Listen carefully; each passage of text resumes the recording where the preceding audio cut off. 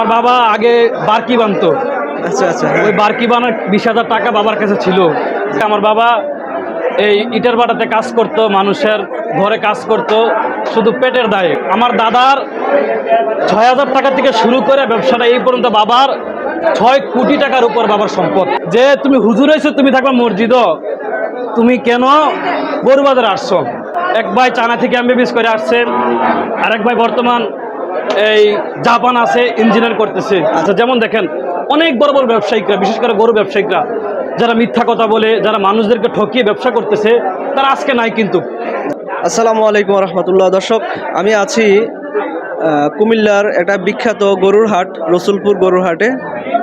এই গরুর হাটে একজন বিখ্যাত ব্যবসায়িক আছেন, ব্যাপারী আছেন, তার নাম কেনু ব্যাপারী। এই ব্যাপারীকে অনেকেই চিনেন, অনেকে। আমি যখন অনলাইনে ভিডিও আপলোড করছি, ভিডিওগুলো যখন একটু মানুষের সাড়া দেখলাম, মানুষ দেখতেছে, তখন বেশ কিছু মানুষ আমাকে কেনু ব্যাপারী সম্পর্কে বললো যে উনি খুব ভালো মানুষ, ওনার কোনো সমস্যা নাই, ওনা থেকে নিশ্চিন্ত গরু নিয়ে যায়।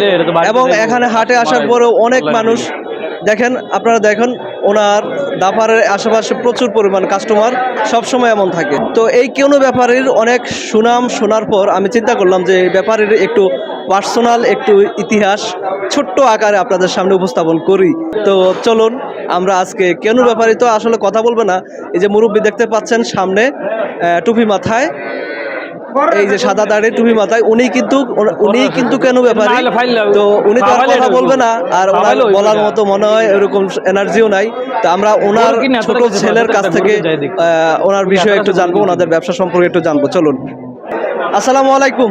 ওয়ালাইকুম সালাম। আসসালামু আলাইকুম। ওয়ালাইকুম আসসালাম। ভাই কেমন আছেন? আলহামদুলিল্লাহ, ভালো আছেন। ভাই ভালো আছেন? ভাই, আপনার গত ভিডিওটা মোটামুটি ভালোই লোকজন দেখছে এবং সারা পাইছি, অনেক সারা পাইছি, ভালো সাড়া আসছে। তো আপনি আসলে কি করেন? আসলে আমি দীর্ঘ 18 বছর সারসিনা মাদ্রাসা থেকে দাওরাত হাদিস করেছি। আচ্ছা, এখন বাড়িতে আছি, একটা ছোট আমার একটা খামার আছে, ফেটেলিংয়ের খামার, আর একটা মসজিদের দায়িত্ব আছি। তো প্রতি বুধবারে যেতে করে বাবার কষ্ট হয়ে যায় বেচা বিক্রিটা। তো মূলত বাজারে আসা এই কারণে, কেন আলেম মানুষ বাজারে শোভা পায় না। মূলত বাজারে আসি বাবার একটু হেল্প করার জন্য, এতটুকুই আর কি। আর যে গরুগুলোর দাম জানি, দাম দর করতে পারি, এতটুকু করি, আর বেচা বিক্রি বাবা করে আর কি। আচ্ছা, গত ভিডিওতে আপনি বলছিলেন 40 বছরের আপনাদের ব্যবসা একটা 40 বছরের ব্যবসা আমার বাবার। 40 বছর যাবত এই বছর যাবত এই ব্যবসা করে। তার আগে আমার বাবা এই ইটের ভাটাতে কাজ করত, মানুষের ঘরে কাজ করত শুধু পেটের দায়ে, কোনো টাকার জন্য না। হ্যাঁ হ্যাঁ, আমার বাবার জীবন বৃত্তান্ত অনেক কষ্টের। আচ্ছা, হ্যাঁ, এই এলাকার মানুষ, অর্থ এলাকার মানুষ আমার বাবার পরিশ্রম সম্পর্কে সকলে জানে। এখন পরিশ্রম সৌভাগ্যের প্রসূতি, যে এটা আমার বাবা দেখিয়ে দিয়েছে। আচ্ছা, যে আরবিতে একটা প্রবাদ আছে, মান জাদ্দা ওয়াজাদা, যে চেষ্টা করে সে অবশ্যই অবশ্যই পায়। আমার বাবা চেষ্টা করছে, আল্লাহ অবশ্যই অবশ্যই বাবাকে ধন সম্পদ মান সম্মান শক্তি দিয়েছে, আলহামদুলিল্লাহ। আচ্ছা, উনি কি শুরু থেকে এই টাইপের গরু নিয়ে বিজনেস শুরু করছেন? না, উনি শুরুতে ব্যবসাটা হয়েছে আমার দাদাকে হজে পাঠানোর জন্য। আচ্ছা, তো আমার বাচ্চা ছাড়া 5 জন দাদাকে হজে পাঠানোর জন্য কেউ রাজি হয় নাই। আচ্ছা, তো আমার বাবা আগে বারকি বানতো। আচ্ছা আচ্ছা, ওই বারকি বানার 20,000 টাকা বাবার কাছে ছিল।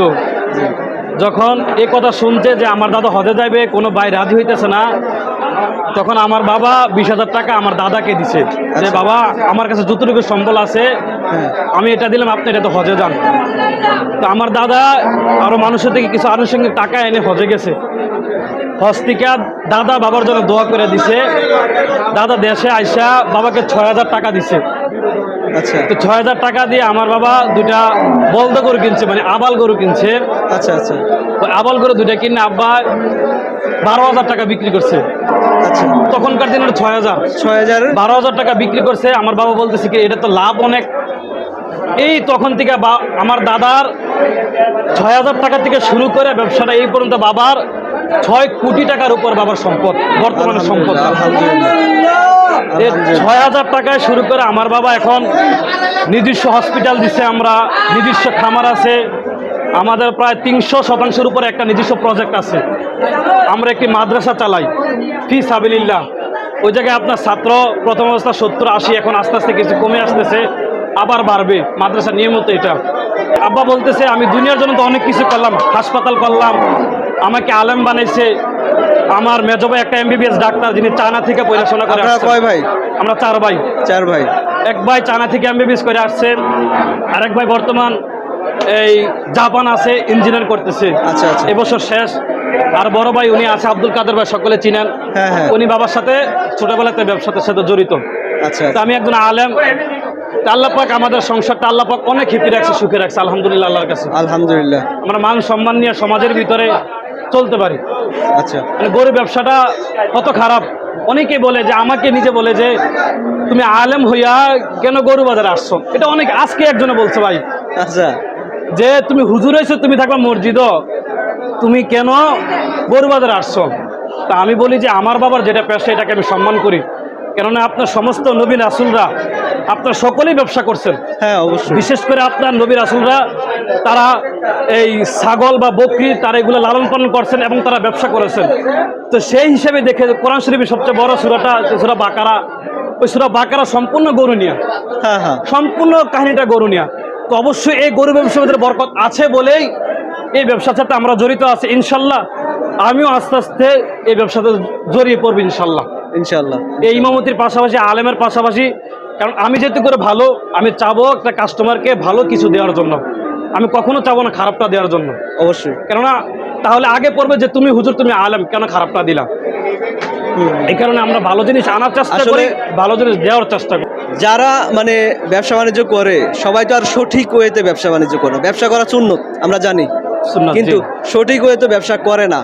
যদি সঠিক ওয়েতে ব্যবসা করতো তাহলে আমরা হালাল জিনিসটা পাইতাম এবং সঠিক জিনিসটা আমরা পাইতাম। ইবাদতের ভিতরে, ইবাদতের মানে 10 ভাগের 9 ভাগে আছে ব্যবসার ভিতরে। হ্যাঁ। হালাল বিষয়টা। হ্যাঁ হ্যাঁ। যেমন আল্লাহ বলছেন আহাল্লালুল বাইয়া ওয়া হারামার রিবা। আল্লাহ পাক সুদকে করেছেন হারাম, ব্যবসাকে করেছেন হালাল। এই হালালের ভিতরে অবশ্যই অবশ্যই বরকত আছে, অবশ্যই আছে। আর হারামের ভিতরে অবশ্যই অবশ্যই ধ্বংস আছে। যেমন দেখেন অনেক বড় বড় ব্যবসায়িকরা, বিশেষ করে গরু ব্যবসায়িকরা, যারা মিথ্যা কথা বলে, যারা মানুষদেরকে ঠকিয়ে ব্যবসা করতেছে, তারা আজকে নাই, কিন্তু তারা জীবিত আছে, কিন্তু টিকবে তাদের না। নাম সুনাম এই ব্যবসা ক্ষেত্রে তারা নাই। ওই ব্যবসাটা শেষ পর্যন্ত টিকবে না, আমার মনে টিকবে না, হয়। তাদের টিকবে না। যারা মিথ্যা কথা বলে ব্যবসা করবে, কারণ এটা আপনারা হালাল করেছেন, এটাকে তুমি যদি হারাম করতে যাও, এটা হতে খাইতে পারবা তুমি 10 বছর 20 বছর পর্যন্ত তুমি চলতে পারবা এই হারাম টাকা দিয়ে। আস্তে করে তোমার সম্মানটা ধুলার সাথে মিশে যাবে, আল্লাহ মিশিয়ে দিবেন। আচ্ছা আরিফ ভাই, আপনাকে অসংখ্য ধন্যবাদ আমাদের সময় দেওয়ার জন্য।